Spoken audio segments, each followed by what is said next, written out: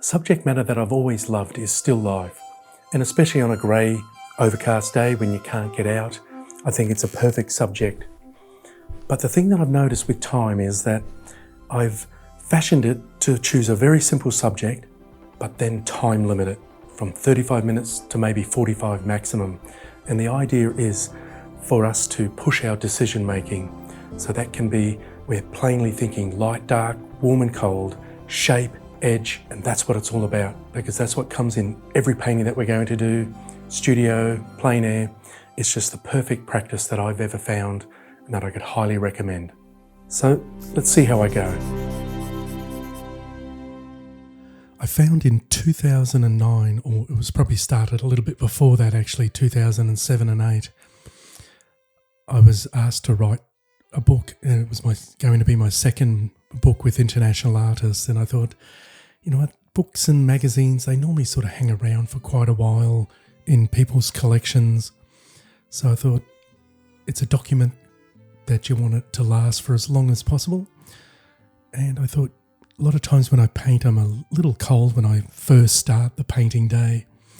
So I thought, you know what, maybe if I could work out some sort of warm-up exercise. And quickly I realised that these little 45-minute little exercises were perfect. It was almost like, with me coming from a soccer playing background, I was needing my stretching, warming up the muscle process, and this was something very, very similar.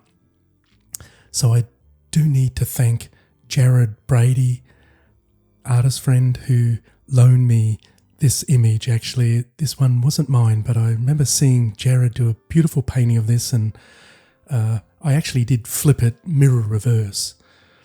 So it wasn't ever going to be in any competition with Jared's painting, but he graciously allowed me to use his image, and I highly recommend going over to see his Instagram page and to study his work. He's a very promising, quite a marvellous young painter coming through, which is fantastic to see. So with these, initially I found the centre of the board, and now I'm just getting those biggest shapes in. So it's a pot, or sort of hot water or milk container pot. I'm not exactly sure what it was going to be used for. And there was just a few peaches. And similar with our everyday painting, whether it's plein air, studio work, I employ the same approach. Looking and finding that subject, of course, is the first exercise when painting something else. But then I look for the big shapes, those compositional elements that are going to drive the whole narrative of the painting. But this idea is not to think to myself or to show to the audience, oh, this is how wonderful I can paint or marvellous. This is purely for process, and it's to learn to edit. It's to learn to see what's the most important aspects of our painting day and subject. So, and I think these also help to, with my brushwork as well, they really do enhance my ability to be able to see, get, and then apply that paint in that fluid motion. And that's why I always, when I think back now I'm going into my 38th year of painting, what are the things that have helped me over the years? Definitely drawing. Never underestimate the benefit of drawing. It was probably one of my great weaknesses. I was always good at mixing paint and being able to mix the right colour. Didn't quite understand value, and that's where these are such a high value exercise, because it is shape, value, edge. So it's getting those three main elements to our painting in one go, And the fact that they are tricky and difficult, so they require a high level of control and accuracy, that is super important, I find as well. So I went from the drawing, and then most of that time I was doing plein air work as well, starting off with drawing to begin with, and then going into the oils after about 3 years of just drawing on the spot whenever I'd go out. And in hindsight, I would think to myself, geez, that 3 years, that was a long time only to be drawing. But now with the benefit of time, that was teaching me composition, size and mass of shape. You can see, imagine if I put that pot in the background half the size, it wouldn't inhabit that space. And that's what the drawing practice really did show and teach me, was how big and small do I need to do shapes. And that's super, super important, because these shapes inhabit the space that we're painting on. They're not just drawn shapes. They need to have a certain amount of mass. And that's what the drawing practice was helping me with. And so then with regular plein air work, painting away, and then still doing some drawing outside, that did sort of fashion my work up until about 1995. And I noticed I was hitting just a little bit of a flat spot. I was only really painting landscapes, seascapes, and I felt I was getting a little fatigued, and I sort of wasn't really making it many more advancements in my work. So that's when I went overseas for the very first time to Italy and France for 21 days. Unfortunately, I did manage to slice my finger, which is on my left hand, the opposite hand to that I'm painting with, cutting one of my boards, as you can see the board that I'm painting on. And that actually I thought was disastrous, but it actually, when you land in Venice, it's all so intricate and so many incredible shapes. So that drawing really did teach me, and I wouldn't recommend it as a way to slice your finger to get 6 stitches and then go on a painting trip, because I was exhausted before I left. And then the flight was 36 hours long, even though I was only 30. So I guess I was able to recover a little better and faster, but still didn't make me a very happy traveller or happy camper, I must admit. But that's where time and hindsight is such a wonderful benefit. So then if I fast forward, I was making regular improvements and advancements, then starting to do more city scenes, sort of European scenes, which are mostly sort of, especially when you're travelling, you mostly land in a city or travel into a city via train, bus. So then that allowed me to extend my repertoire with subject matter up until I think the early 2000s. And then I noticed that once again I was just starting to need something else, another challenge, another way to spark myself out of sort of not complacency, but there's nothing like taking on a new challenge, a difficult challenge. So I stopped painting seascapes for a couple of years, for a few reasons. One, because I didn't want to be completely typecast as just a seascape landscape painter who does the odd little city scene. So that's when I actually started doing interiors. And I think it's pretty close to 20 years now that I've been painting interiors. And I felt that an interior really was just a still life, but with a lot more depth, a lot more distance. So we do have a little bit more room to play with, but then we normally have more shapes or more complexity in that regard as well, the getting the perspective right. And then if I then sort of come full circle back to my early statements about writing and doing the second book, that's when I thought, yes, I'll start doing regular little still life exercises, just set timer.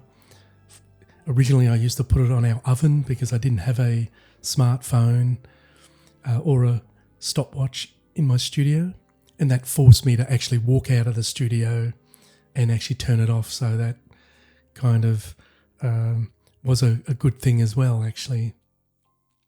And I was just thinking, oh, you know what, one a week will be perfect. That's enough. But I quickly realised just how great these were and how much they did just rehearse all the basics. So that's when, actually, I think for about 8 or 9 months, I was almost doing 2 or 3 a week.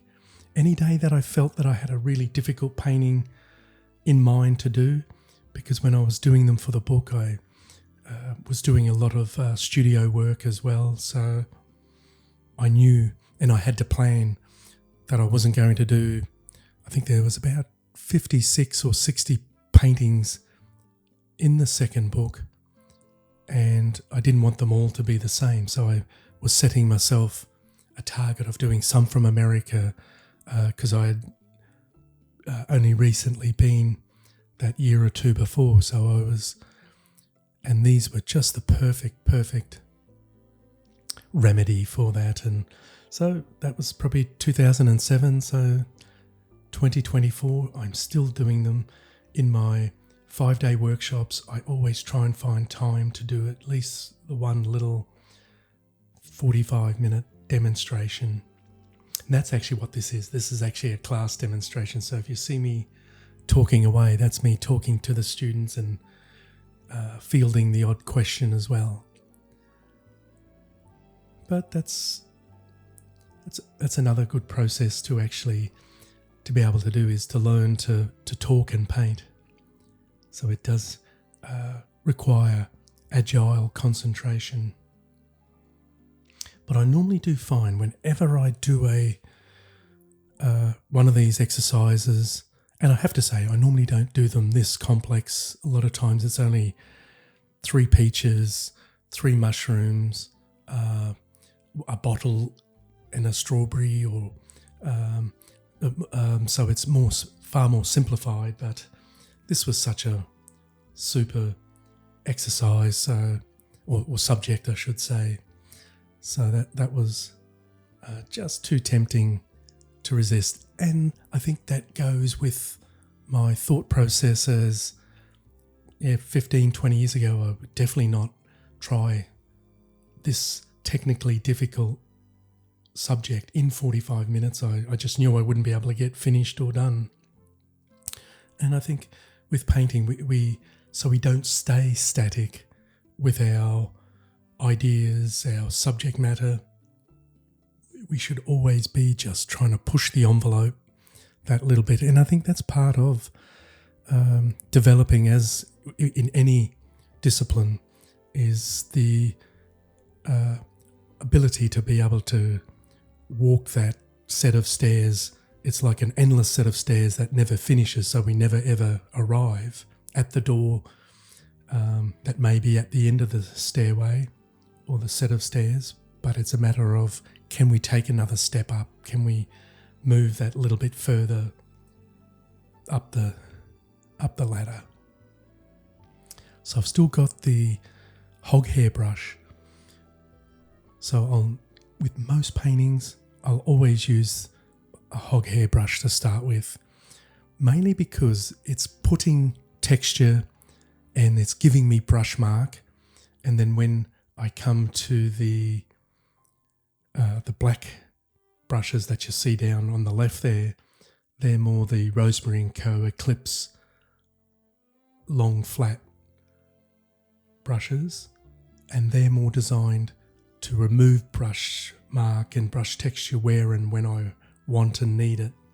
So once again, it's rehearsing, doing my everyday process.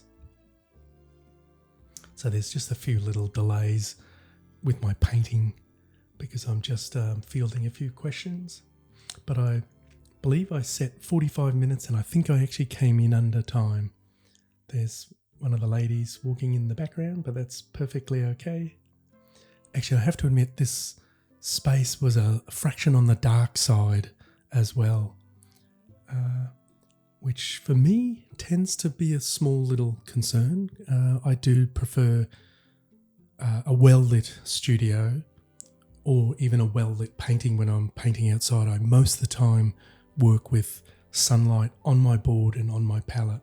That, as a general rule, sometimes I will go all shadow on the board and palette, but as a general rule, and there's pros and cons for both ways.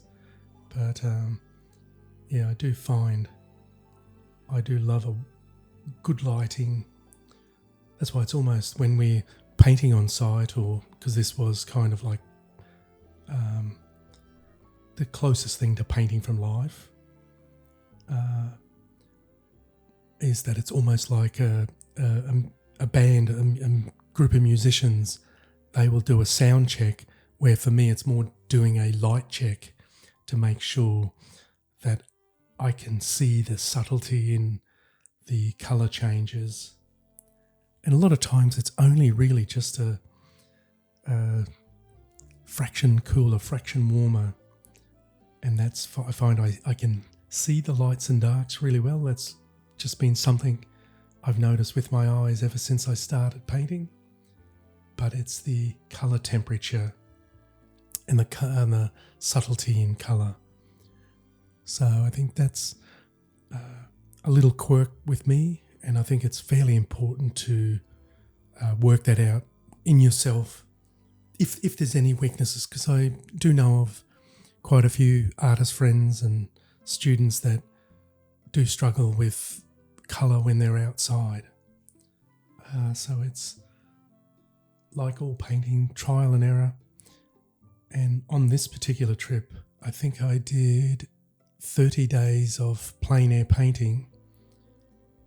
Maybe one day we stayed in because it was just raining too much. But every day was different subject, different lighting. So it was a matter of doing that lighting check every time. And actually this is in the Dordogne region, and one day we were under an awning and it was a cloudy, overcast, showery, heavy showers, light rain, and oh boy, it was so dark. It was almost like painting in a darkened cave almost. But thankfully it was a more muted scene, so I mostly was just working with light and dark. It was almost like a tonal, monochromatic exercise, so that did make it easy. But when you come to those aerial perspective scenes where you can see for a couple of miles, and we got subtle changes in foliage and maybe rooftops, and that's when it can get a little harder. Because even with a lot of my plein air work, similar to this exercise, I'm trying to set about an hour and a half. So that's why normally 11 by 14 is, or 9 by 12 is my preferred size these days. And after years of sort of living in a high UV area of the world, I've had to watch my skin as well, which I have had a few little minor concerns there with things needing to be removed surgically. So I'm getting more and more conscious that old father time is catching up with my body, and so I've had to make a few adjustments. And my future plan is to start doing more bigger paintings as well, where I've traditionally done more paintings on a smaller scale. And for me, that will be doing plein air studies, and then doing at a later date. I normally don't like doing the original painting and then doing the big painting straight away. I normally like to leave a couple of weeks or even sometimes a couple of months just to have that bigger painting, that second version, more fresh in my mind. Because I think like these, I love doing them, and I want to be excited with the subject, excited to see what I can extract from the idea. And you'll notice the peaches, that light on them, that's just me wiping down the board. And I use that technique in my everyday painting. So if I'm painting a house or a building, the classic one was a lot of the buildings in Italy and France are either white or off-white or sandstone colour. Instead of whacking a whole heap of paint on early and then finding out later that, oh geez, you know what, that's the wrong colour, wrong value, it's the wrong everything, and having to try and fight through it, you can see how easy and clean that goes on. I do the same technique with my everyday painting. A lot of people will sort of struggle putting wet paint on wet paint. This comes back to process as well. You'll notice that I put some paint on a little while earlier. Now I'm able to come and put a good decent amount of wet paint over wet paint, which I think once we learn that, it's a little bit like working with watercolour or acrylic. Once we get the feel of how the medium works, the world's our oyster. And that's why you can even start doing these monochromatically. I did do about 30 of these first, just in a mixture of French ultramarine blue and my Terra Rosa. That's the one on the far bottom right-hand side, almost right below my hand there. It's called light red ochre, but Venetian red or Terra Rosa, it's warmer than a burnt sienna. Burnt sienna does come out a fraction colder, so it's an excellent pigment to get nice warm darks. And this will come compositionally. You can see how these peaches are now starting to stand out in front of the object that's just behind them, whether it's the pot or another peach. And I think the overall thing I think that these do teach me is decision making. I think I was last year around about this time painting with artist friend David Curtis in Stays, and just having a look at the painting that David done, and I thought, you know what, he's just made so many marvellous choices with this shape, that value, that brush mark. It's been quite a few years that I've had the chance to paint with, whether it was my father or an artist friend. Most of the times it's a fairly solitary experience, and it's something that actually, if you do get the chance, I highly recommend to paint with artist friends, and because it is a great camaraderie as well. Probably the one downside is I've found, and the one reason why I do love going where and doing what I want, the subject, is you're always sort of thinking when you're out with a friend, oh, what do they want? What will they want to paint? I better find something that they want to paint. So you end up painting something that they want to paint, not what you really want to paint. And I think that's a huge thing for me as well. I've got to really fall in love with the idea, the concept, the shapes, the colours, the textures. But no, the one big takeaway from painting with David was that, yeah, boy, it's all about decision making. The colour, the value, the brush mark, the strength of the edge. And boy, these do speed up our understanding and ability in that regard. So with that thought process coming full circle, these are just the best. I believe if I find something better, I'll tell the world, but so far I think for me personally, these are just fantastic. And I think going back when I first started, I would see a few artist friends, the Melbourne tonalists, they would do a monochromatic start, wiping back the midtones and highlights, and they would get such a marvellous result. And I think that intrigued and fascinated me And then I would see their finished painting when they'd apply the colour and the leaves and whatever it might have been. And I thought, that's almost like magic. So I think that was a great experience for me as well, because it really did enhance my knowledge, confidence, and I think that's the underlying thing.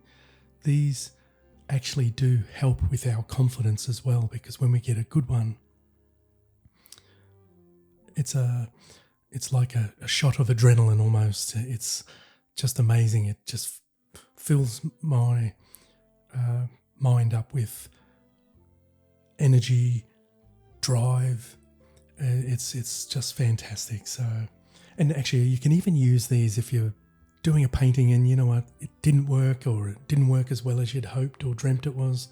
These are a great one to go back to. Of course, starting fairly simple, because I think, I've done at least 600 of these, I believe, in nearly 20 years now. And even artist friend Nancy Guzik, when I was meeting and had the one opportunity to catch up with Richard Schmid in 2019, Nancy asked me one question, and I thought it was quite interesting. She asked me, how did I develop my brush mark? How did you get that touch? And I was actually a little surprised at the question, because when you see your own brush mark or your colours, and you tend not to be impressed by anything because you're seeing the same thing every day. That's the life of an artist. We become difficult creatures to impress. And in the moment, I quickly thought about it, and the only thing I could think of, and what I said was that I've done quite a number of these exercises, and she thought it was a fantastic idea, and commended me on my discipline, and I've had the great fortune to now paint in her studio and get to visit her on return trips. But now we're coming to kind of the business end of the foreground, of the main part. I do tend to consider foregrounds normally, in most cases, the most important part, mainly because it's the closest area to us. So that's where the illusion of depth and distance does begin. Of course, this one, that little top on that jug, is almost at the top of my triangular pinnacle. If you go from the left-hand peach to the top of the jug, and then back down to the right-hand side, those two lit peaches, that's the triangular primary, secondary and tertiary. And this is a fairly important part, actually, and I like to mention that. Notice how I'm putting these shapes in secondary. I found a little bit like doing most or many windows on a building, or paintings on a interior. I tend to like to do them wet in wet, because the opposite approach is that we put them in and then we end up trying to paint round them, to them, up to their edge, and they always, or most of the time I find, feel and look a little clunky or clumsy, or almost it loses a lot of the fluency of the shape and of the brush mark. So I normally wait till the paint has tacked off quite a bit, which I am using my archival lean medium. If I'm doing a longer painting, I'll use archival classic medium, which has been my favourite medium for nearly just under 35 years now. It's a beautiful medium. So if you look at chroma paints, you'll be able to find the medium. At the moment, there's a little bit of a shortage.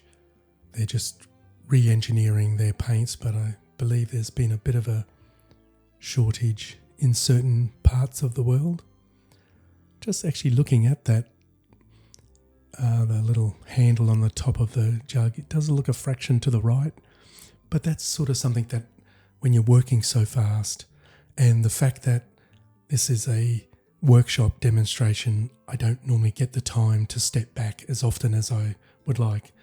I think I've pretty well been standing up painting 90 to 95% of the time, where I'm normally getting back probably in every half an hour. I'm probably getting back 5 or 6 times. For me, that's extremely important to be able to, instead of squinting down, I prefer to step back. It just, it's amazing how it just suddenly goes from raw pigment and almost like brush scratch marks on a board, and then it pops into its finished format, finished or more finished by stepping back, even if it's early on and it's still quite raw. Quite often I'll normally like to have quite a light base, a light tabletop, but with this one it was more of a mid-tone, dark sort of timbery effect. So it was quite a bit of a change and another little challenge. But I've always looked at changes or challenges as a learning experience, very much like this is. It's always a opportunity to learn something. And I think with every painting, if we can learn something, one little thing every day or most days, that's a pretty good day. So yep, now it's time to come back onto the jug. The bottom's just looking a little flat and one-dimensional. But once again, I'm looking for values first. That's why I always like to think a value is harder to adjust. A shape can easily be adjusted. If we don't put the right value down, it won't just magically change to what we need. But a shape, it can be the wrong shape, but we can adjust that far more easier. That's why when I take the brush off and I'm picking up some more paint, I'm thinking to myself, is this little bit, is it dark enough or is it light enough? Is it cool enough? Is it warm enough? We almost need to be able to rely on that thought process instinctively as we breathe. So we don't have to, what do I need to do next? Okay, what's the light? What's the dark? It needs to be, when I drop from the board to the palette, how dark, how light? Then how cool, how warm? And once again, these require discipline. So that's why I rate these so highly. And you'll end up noticing it's not really a finished painting, but that's par for the course. At some stage, I've always sort of thought, you know what, I'll get back to doing, because it's probably nearly 30 years since I've done any really serious, finished, still life on a regular basis. I might have done the odd one for the YouTube channel, but for me, these are fun. This is a little bit of my playtime, to be brutally honest. This is no pressure. If it doesn't work, that's fine, because we do become quite success orientated in life. And I think these also are teaching and training my approach and my technique, how to sculpt objects as well. So if you were to either rewind or watch it again, study the direction of brush mark. I think that's something that is super crucial to our painting process as well. Even though this is a vertical shape, I'll need to put some shapes in vertically because that's the way that the reflection in the object goes. But ultimately, if I say on the peaches, if I did all circular, oval shape brush marks, we get a little bit of a visual fatigue. So I now think painting should be as visually interesting and exciting as possible. I think that really does bring our work to the next level. And to me, it's almost like the secret coding in our work is our brush marks. Because colour and value, especially value, can be measured. That's almost our scientific part of painting. Colour is more of an instinctive thing. That is something that is harder to learn, harder to teach. It's one of the things that it's almost like trying to, if someone has a strong accent, it's almost trying to remove that accent. And say if someone has an Italian accent or a French accent and trying to teach them to speak English and sound like a native to that particular English-speaking part of the world, it's a lot harder. Where value, far easy. I'm measuring all the time, light, dark, warm and cold. And the fact that we can, with monochromatic or pencil work, we can get a realistic image, it just shows you how little colour we do need. We could almost paint monochromatic with just a tiny little bit of colour and still get a spectacular result, which is almost your overcast rainy day. And actually this was probably in line with the day that we had prior to this and after this day. They were overcast rainy days. And that's where the light and darks really do play their part. You can see that nice dark in behind the two peaches, right at the bottom of the handle. So we're looking for big areas of dark, but also then there's little accents, say that little darkest dark underneath the peaches, or each individual peach, or the little dark where this jug is sitting on the horizontal surface, the tabletop. There's always those micro, macro, big shapes, small shapes. One good thing is I normally know when I'm grabbing, this is actually not an Eclipse brush. It's a Master's Choice, I believe it's the 279 coating, long handle, long flat, but it's about a size 3 or it could be a size 4. Either ones are great. I find these are fantastic for doing the finishing off work, the crossing the T's, dotting the I's. I like to think of this passage. And if I were to be painting a cow or a tractor or a car, a horse, anything sort of intricate, a wagon, this is the ideal little brush just to come in. And I think the fact that it is a long flat, it does give me this very similar brush mark, but I just get a far greater feel and nuance and subtlety, because we're really getting to the end of my time with this one. Greens are interesting. They can quite easily, in this lighting, go a little dull and dead, or they can look a little too bright and a little too colourful, which can make them look a little sort of garish and a little out of the light reading for being a mid-value, mid-range colour scheme lighting. But I do like this little easel. It's the Alla Prima Pochard box. And the great thing is this little painting I was able to put straight into the back of it. Keeps it dry, stops it from ever smudging. I think I've had the Alla Prima Pochard boxes since about 2010, 2009. This is the 11 by 14 Yellowstone light.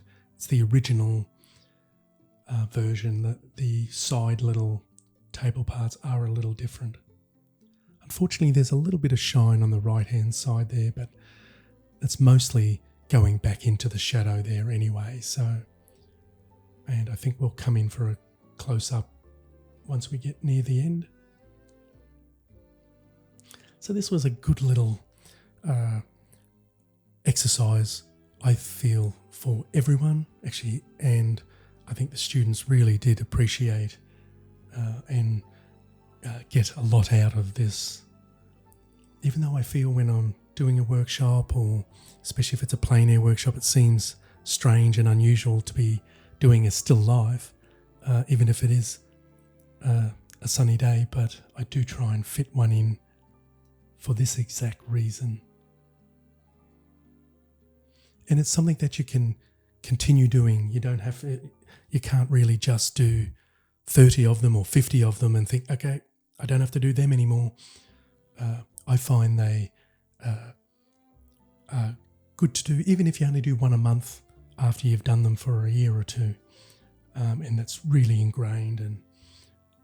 But definitely, if I'm ever sort of thinking, you know what, I'm a little rusty, or don't feel like getting straight into a serious gallery piece or exhibition painting, these are just perfect because they require commitment and control and discipline, but also I get the enjoyment factor out of them as well. And we're also learning about colours, and reds go with greens, or greens and blues and yellows and purples and oranges, where it's a value add all the way through. Painting really is all about technique, and then practicing that sound solid technique as often as you can. And if you're able to, say something like my Tucson Art Academy online course, if you ever believe, you know what, I believe I can do 3 paintings a week, sign up for a year. I believe I can enhance your work by just being a mentor there, showing you digitally where you can improve your work. So that would be the next stage if you're interested as well. Okay, just stepping back, more thought than actual painting at this stage. That's where my eyes are buzzing around. And I think we do need to develop a sensitivity to the subtle nuance and the big shapes. It becomes a process where we need to be able to see those things that are pulling focus from where we want. That's why the reflection on the bowl, on the jug, could either be too strong or not strong enough. So it's an accuracy that I do love as well. So we're just starting to just do those final things. Yep, just a little bit of greying off. And some leaves, they can get quite a reflection. And I think that's the other thing that these teach. Just keeps adding reflected light.